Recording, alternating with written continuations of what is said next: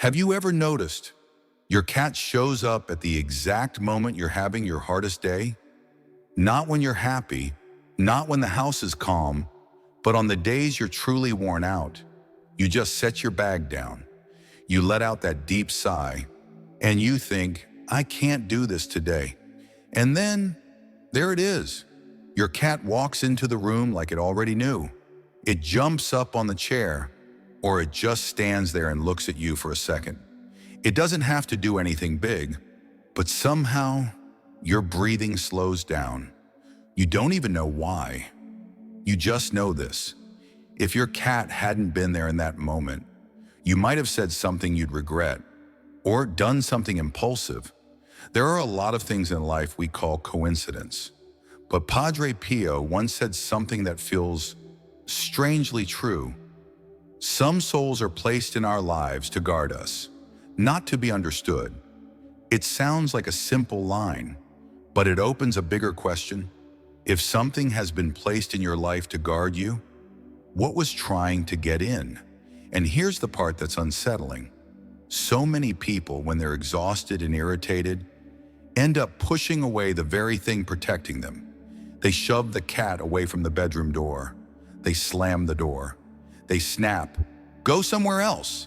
And they have no idea that in that exact moment, the house may have just lost a guard. If it were you, are you sure you've never done that? I want to tell you a story, not to preach, just to show you sometimes God uses very small things to protect us from something much bigger.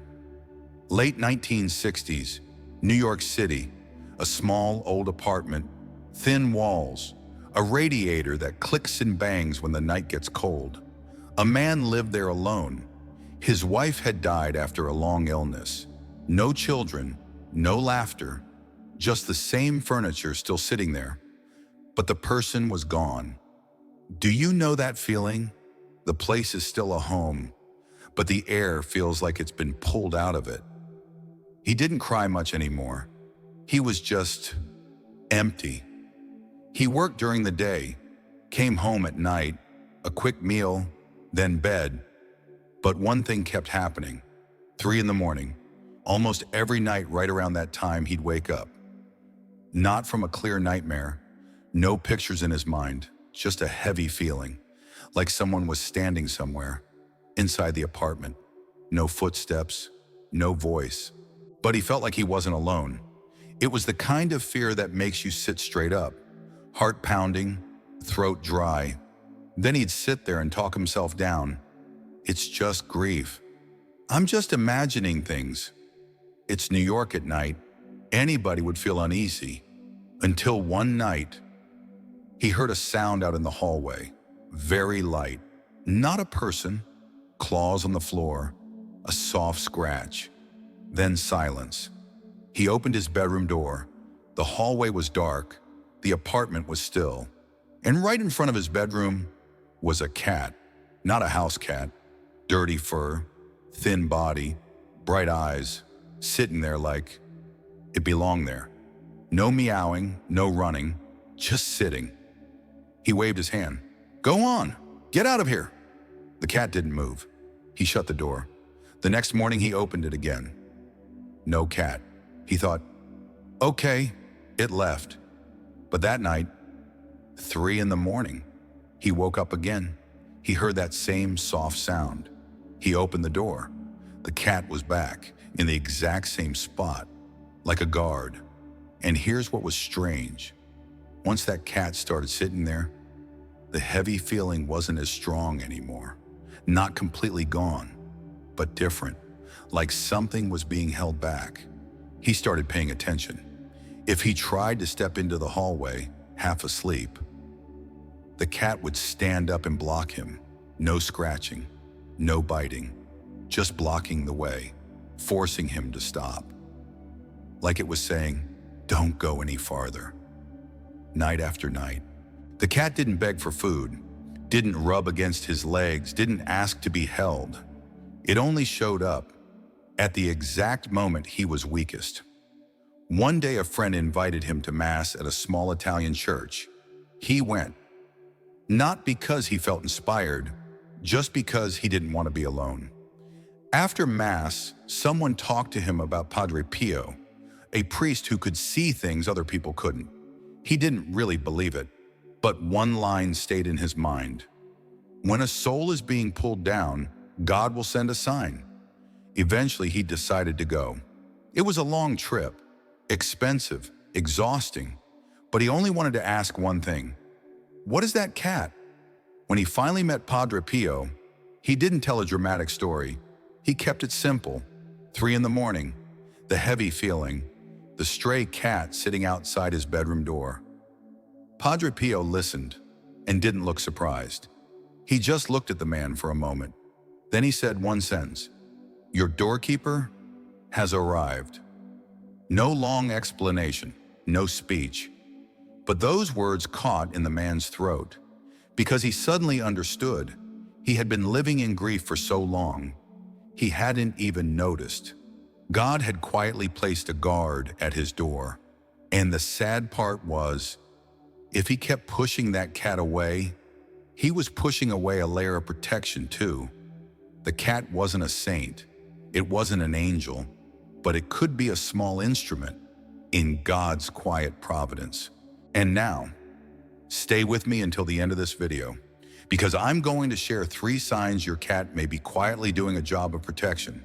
The first sign sounds very ordinary. The second one is often misunderstood, but the third sign is something most people have gotten wrong their whole lives. So wrong that they end up pushing stability right out of their home at the exact moment they need it most.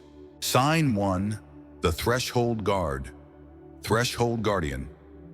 Have you ever noticed your cat lying right outside your bedroom door, or sitting at the bottom of the stairs, or stretching out across the hallway at night like it's blocking the path?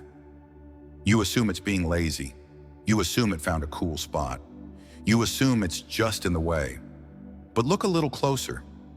Your cat often chooses the exact in-between places: the doorway, the hallway, the stairs, the edge of a room, places that sit between one space and another. Padre Pio once pointed to something very simple. Some places in a home become vulnerable, not because of how they look, but because of what they are. Transitions are where people move without thinking, half awake, half calm, half reactive. You step out of your bedroom and you step into a different state. You enter the hallway and your mind starts racing. You go down the stairs and suddenly everything feels urgent. And a cat lives by a sensitivity most of us don't have. It feels when something is off. Not so we worship the cat, not like the cat is some magical charm, but like a small bell, a quiet block, a simple signal that says, stop. When your cat lies across a doorway, sometimes it isn't asking for sleep. It's standing guard. And it guards in the simplest way possible. It makes you look down. It forces you to slow down. It stops you from crossing that threshold like a machine. Do you see what that means? Some nights, if you slow down by just 2 seconds, you avoid a panic spiral. You avoid a fight. You avoid a decision you'll regret. The cat isn't performing a miracle. It's creating a pause, and that pause can be grace. Sign 2, the sudden shift, behavior shift. The second sign can bother people because it isn't pretty. Your cat suddenly avoids one room, or it walks past a doorway, then stops, ears up, eyes locked, and then it turns away. Or your cat gets irritated, knocks things over, scratches furniture, makes strange sounds. And you think, is something wrong with it? Why is it being mean? I'm already tired, now this. But Padre Pio described this kind of thing with a heavy, quiet phrase, silent absorption. It sounds strange at first, but if you've ever lived with someone under stress, you understand. Stress doesn't stay in your head. It spreads into the air. It settles into a room. It clings to corners. It sticks to objects. There are some rooms you walk into and you feel tight. Not because there's no oxygen, but because there's too much left unspoken. Too many tears swallowed down. Too much anger held back. A cat can sense that, and sometime it reacts for you. You avoid a corner because it's tied to a memory. Your cat avoids that corner too. You try to act fine. Your cat becomes edgy. You keep it all inside. Your cat lets it out. Not because it wants to punish you, but because it can be like a sponge, absorbing some of the heaviness so you don't break. And this is what many people miss. If your cat suddenly avoids a room, don't just scold it. Don't drag it in. Don't force it to act normal. Ask a different question. Is there something in that room that needs prayer? Not to make you afraid, but to light a small lamp. One Our Father, one Hail Mary, one quiet whisper. Lord, please cleanse this place. Sometimes that won't change everything instantly, but it changes you. It puts you back where you belong, a person who prays, not a person who panics. Now we come to the third sign, and this is where most people get it wrong. People love to say a cat's purr is healing.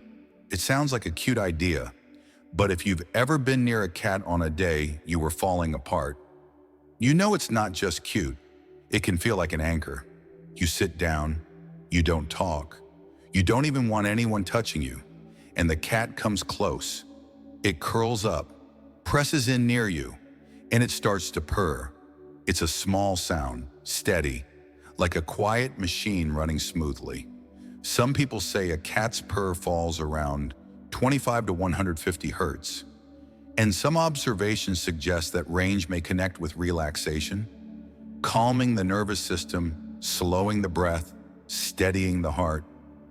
You don't have to turn that into science magic, but you can see it as a sign. God created a creature that can help calm a human heart without a single word.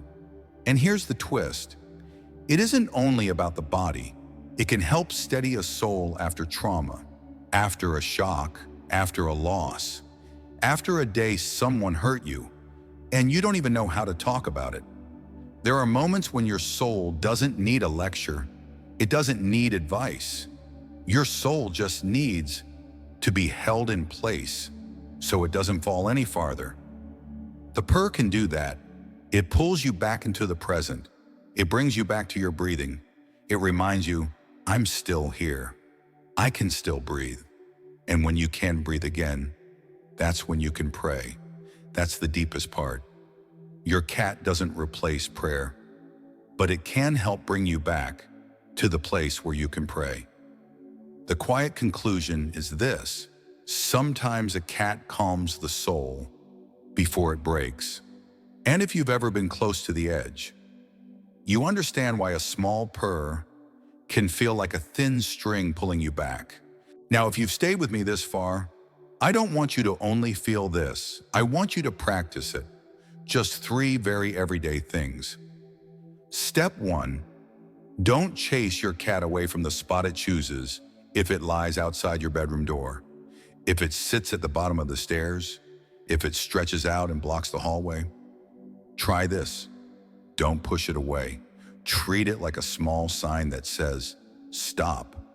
You don't have to understand everything. You just have to respect that pause. Step 2, if your cat avoids a corner of the house, pray there.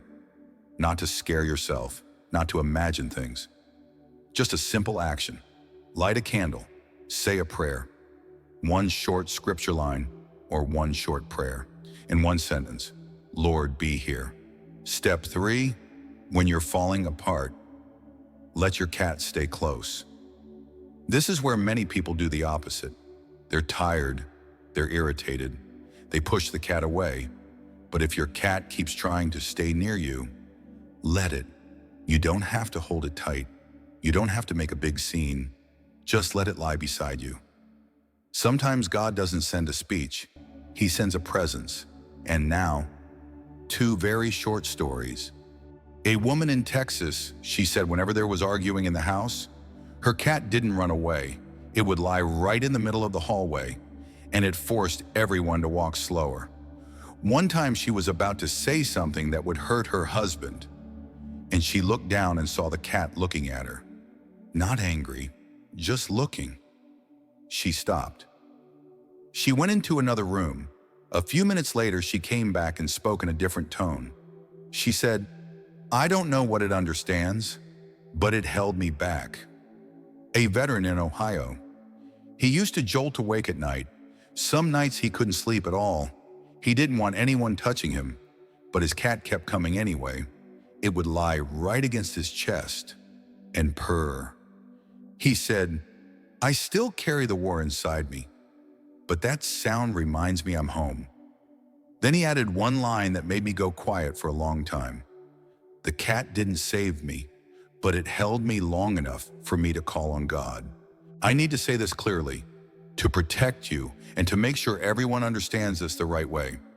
A cat is not an angel, not a savior, not something we worship, not a lucky charm, not a power you can control. A cat is simply a small instrument within the greater providence of God. If God chooses to use a star to guide someone, He can. If He chooses to use the sound of a bell, He can. And if He chooses to use a cat, quiet, placed at your door at the exact moment you're weakest, He can do that too. All glory still belongs to God, not to an animal. There's a detail some friars have shared over the years, almost like a strange memory. On the day Padre Pio died, a cat appeared inside the monastery. No one remembered where it came from. It didn't run around. It didn't cause trouble. It just lay quietly in one corner, as if it was guarding something. And then, when everything passed, it was gone. No one saw it again. You can take that as a story people repeated, an image, a symbol. But the feeling it leaves behind is very real. Some guards don't need their names known. They don't need praise. They don't need to be understood. They simply show up when you need them. And sometime, what you call a pet may be the very thing that quietly blocked a collapse you never even saw coming.